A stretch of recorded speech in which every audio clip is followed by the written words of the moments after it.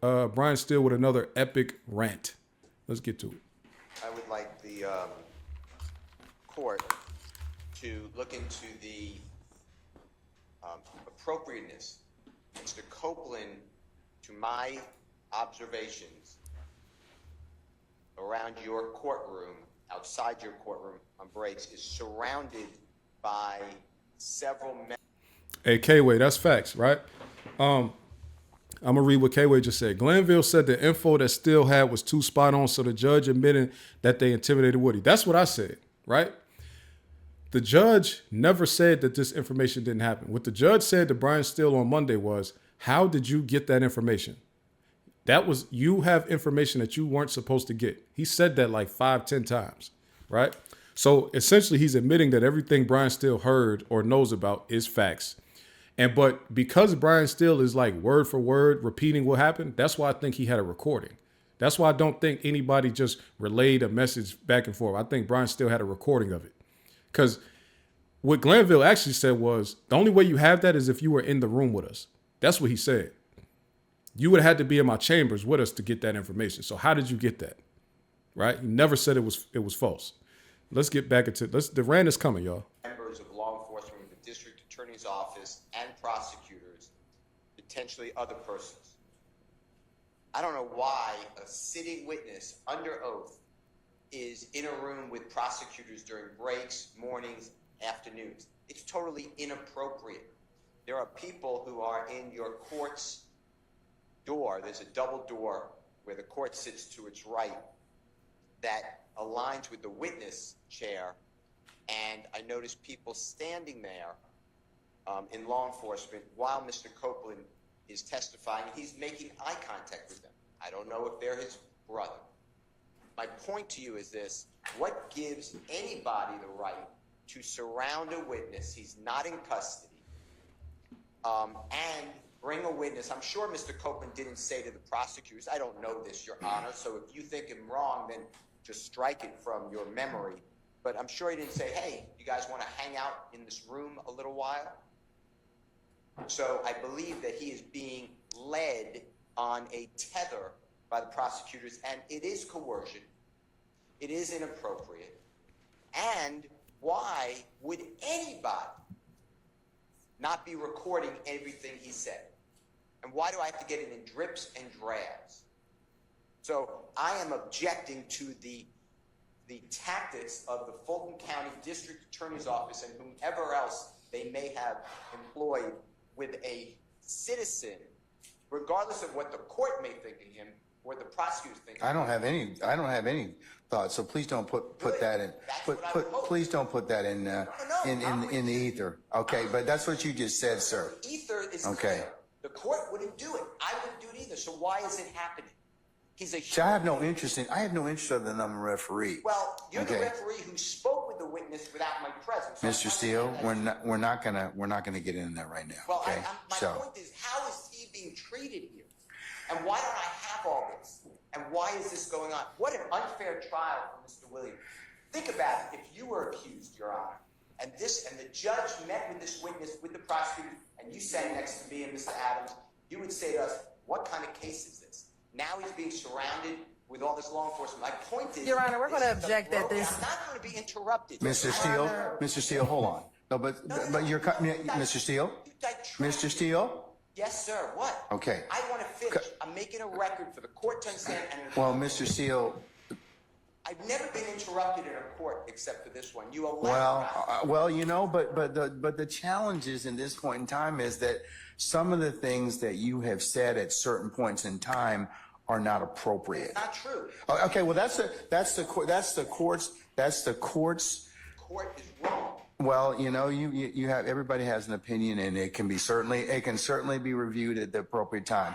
But finish up so you can go ahead and make your record. I'm not interrupt anymore about a prosecutor or anyone. This is a record. This is important. Okay, but it's your allegation and assertion, sir. Okay, so, well, we don't know that. We don't know whether or not they're true. What's going on? Every time Mr. Copeland comes in the courtroom or out of the courtroom, he's escorted by a DA's office investigator. You see that? This court is observant.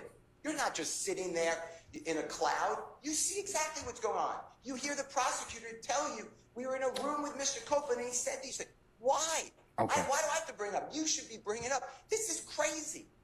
This is like communist Russia. Mr. Williams is having the worst trial.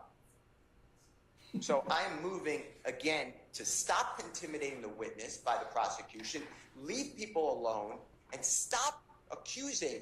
You've allowed the prosecutor Love to accuse me of misconduct. Oh, but you've also accused her of hold on. You have accused her of misconduct as well. And remember what I told you about your professional response. Remember what I told you about your.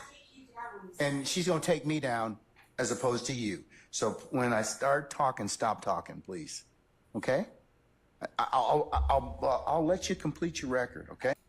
I had to let it run for a while because I need just look at everything going on in the courtroom, reactions. Just look around at what's going on. K-Way, I saw your message about seeing if I could find the Weinstein motion.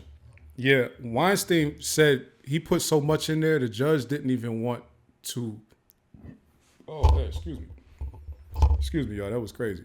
The judge didn't even want to discuss it in court. The judge pretty much cut him off and said, we're not getting into that.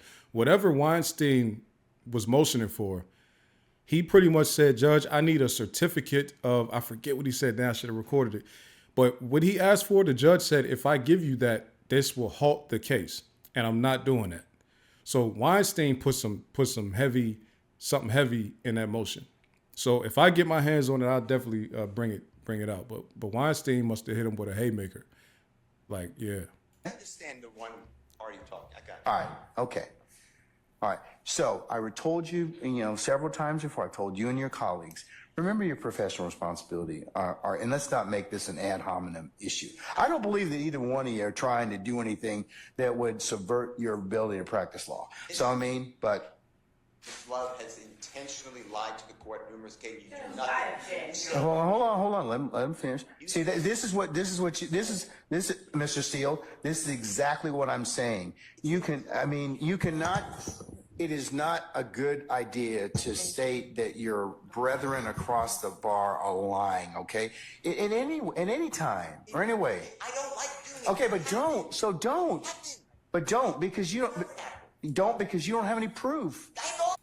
the judge first of all, the judge is talking to them like kids. Like, hey, don't accuse him of it. First of all, Brian Steele does have proof that Attorney Love was lying. They argued about some of Brian Steele's epic rants were because she was lying. She just lied a few days ago saying that Brian Steele was altering the evidence that came from Fayette County Jail. She literally just said this on Friday, that Jeffrey Williams' legal defense team had altered, added titles, added subtitles, clipped parts. They changed the evidence and then handed it over. This just happened Friday. So the fact that she's saying and the fact that the judge is saying there's no proof is kind of crazy. Another thing that happened is, remember, they were saying that Brian Steele was manufacturing evidence when Brian Steele was asking Adrian Bean about being at the hospital. And Adrian Love, Attorney Love, kept saying he was never at the hospital. There's no evidence that he was ever at the hospital. And it came out that he was definitely at the hospital. He just didn't get interviewed. Or he was at the hospital and got interviewed, but there's no recording of it. So Brian Steele went off on that. And then remember, there was a video, like a 17-second video, where there was like 6 people talking. Remember they argued about that? And Attorney Love said nobody spoke in the video. It was only one person speaking. And she said Brian Steele lied about there being multiple people. So the judge has heard many times of Adrian Love lying and Brian Steele or Keith Adams calling her out on it.